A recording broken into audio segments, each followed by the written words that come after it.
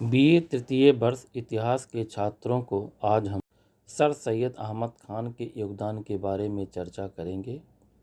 मुस्लिम समाज सुधार आंदोलन से संबंधित पूर्ववर्ती व्याख्यान में हमने कई मुस्लिम समाज सुधार आंदोलन की भूमिका पर विचार कर चुके हैं। इस कड़ी में सर सैयद अहमद का अलीगढ़ आंदोलन मुसलमानों के पुनर्जागरण का महत्वपूर्ण प्रेरक था। जो काम हिंदुओं के लिए राजा राम मोहन राय ने किया, वही काम मुस्लिम समाज सुधार आंदोलन के लिए सर सैयद अहमद खान ने किया। मुस्लिम समाज सुधार आंदोलन को सर सैयद अहमद खान ने एक नया रुझान और एक नया स्वरूप प्रदान किया, जिससे भारत में चलाए गए समाज सुधार आंदोलनों में इसकी अलग एवं विशिष्ट पहचान हो गई। सर सैयद अहमद खान का जन्म 1817 ईस्वी में दिल्ली में हुआ था।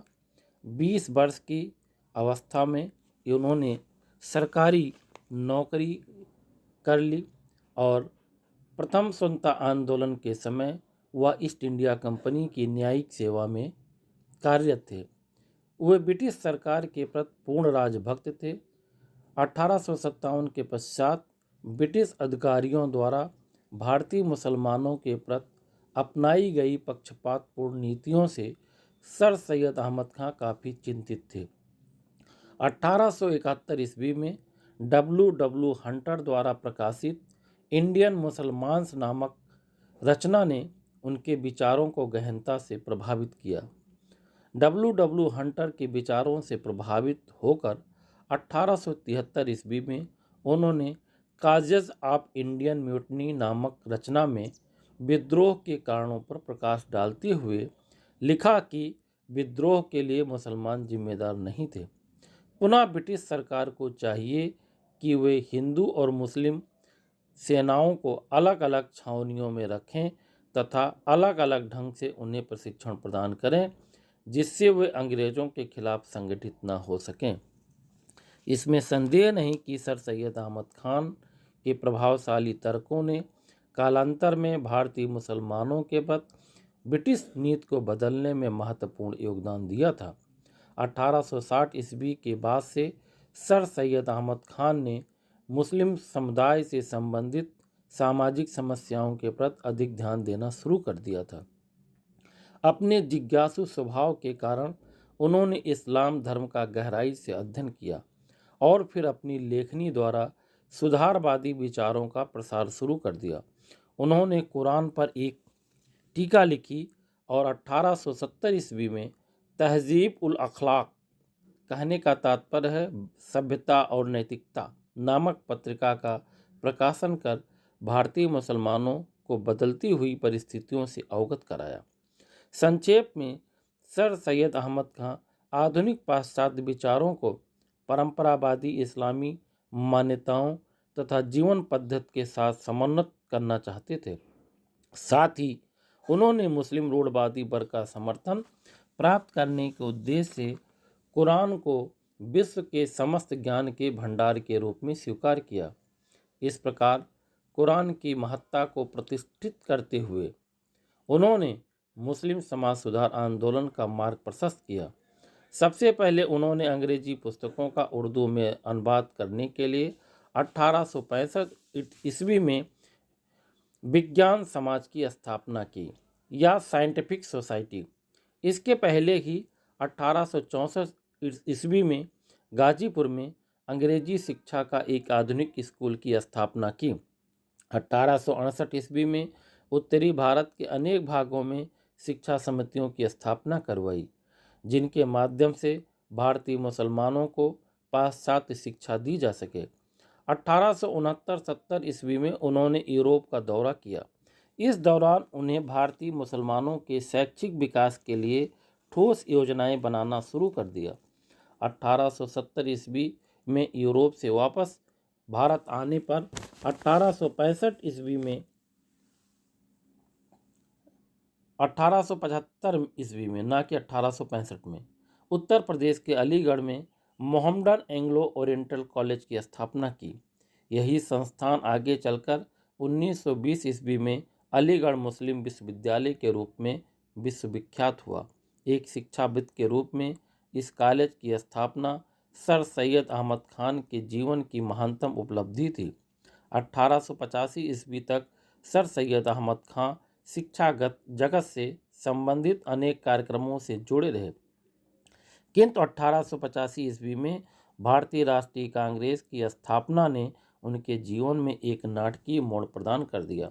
भारतीय राष्ट्रीय कांग्रेस की स्थापना के पहले सर सैयद अहमद खान को हिंदू मुस्लिम एकता में विश्वास करते थे।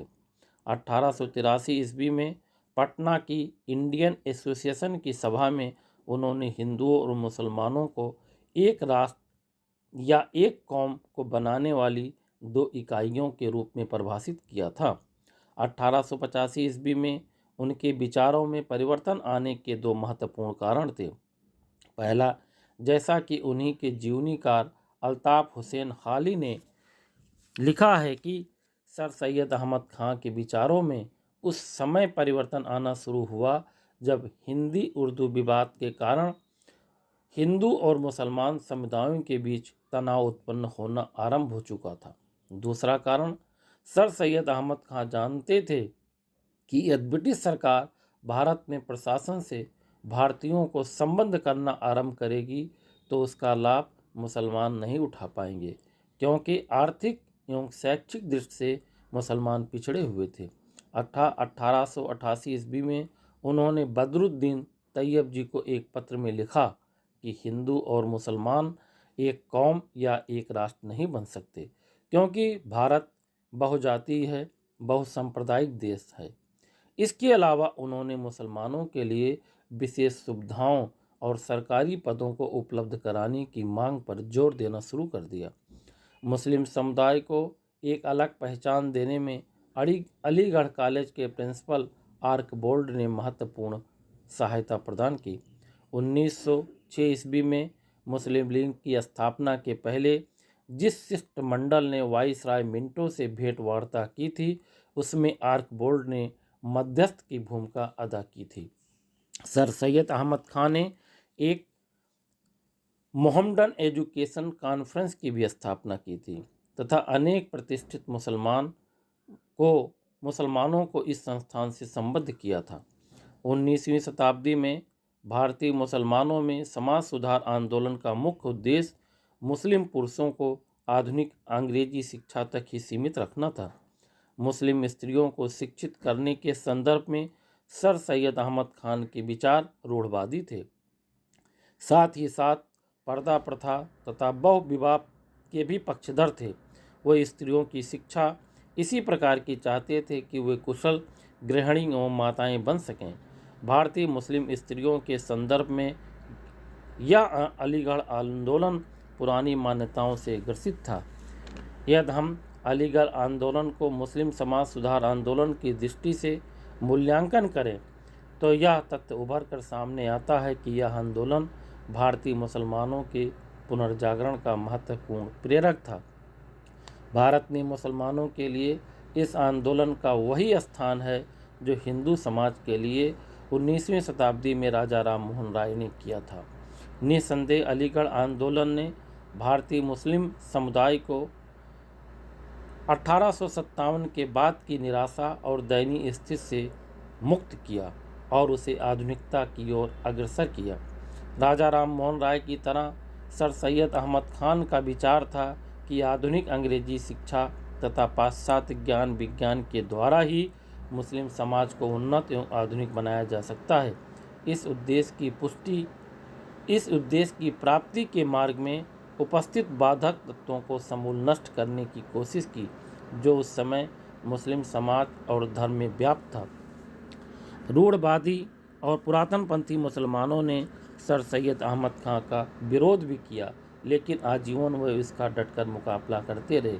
इस तरह मुस्लिम समाज सुधार आंदोलन को एक नई रास्ता दिखाने में सर सैयद अहमद की महत्वपूर्ण भूमिका रही। धन्यवाद।